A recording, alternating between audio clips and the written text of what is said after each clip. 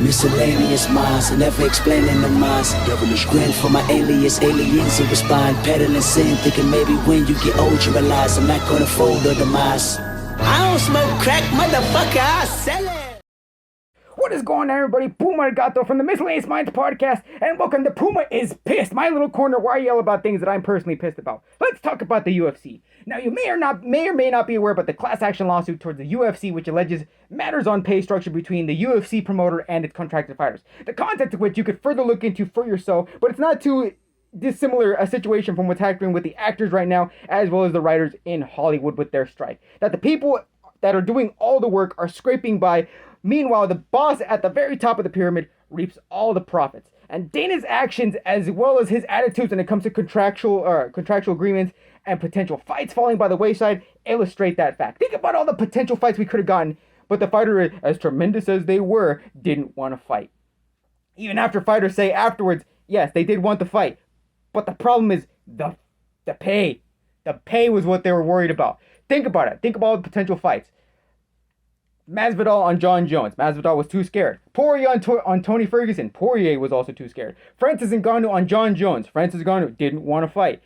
Either of the Diaz brothers on anybody. Nate wasn't afraid to slap the taste out of his boss's mouth, Dana White, but all of a sudden he's too afraid to fight? How does that make any sense? All of them wanted to fight, but they all had the same problem. All of them either complained about the restrictive structure of their contracts, or they had allegations that they wouldn't be paid worth the fight. And of course, it's easy to say they don't want to fight when you're not the one fronting the bills.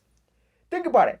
Fight camp isn't cheap. Neither is dieting. Neither is the drug testing, which, by the way, the fighters have to pay for. That's coming out of their own pocket. The UFC isn't covering that.